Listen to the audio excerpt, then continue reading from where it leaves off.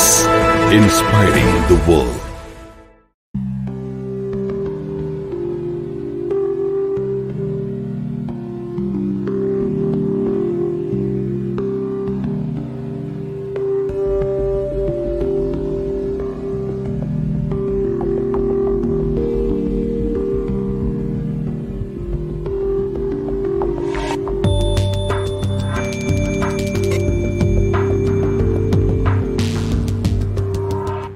Kami ingin memberikan beberapa pernyataan sebagai berikut. Kemensetnek meminta maaf atas ketidaknyamanan yang terjadi atas isu yang berkembang dan telah menonaktifkan Saudara Esa dari jabatannya. Ini dilakukan untuk mempermudah melakukan verifikasi atas informasi-informasi yang berkembang saat ini. Selanjutnya juga dibentuk tim verifikasi internal untuk mengecek sumber pendapatan Saudara Esa sebagai ASN di lingkungan Kementerian Sekretariat Negara sampai saat ini.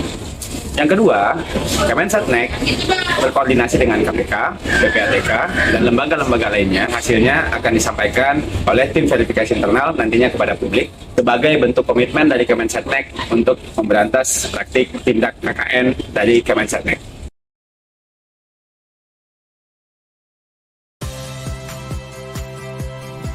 Saya Audrey Chandra. Saksikan program-program Kompas TV melalui siaran digital, pay TV, dan media streaming lainnya. Kompas TV, independen, terpercaya.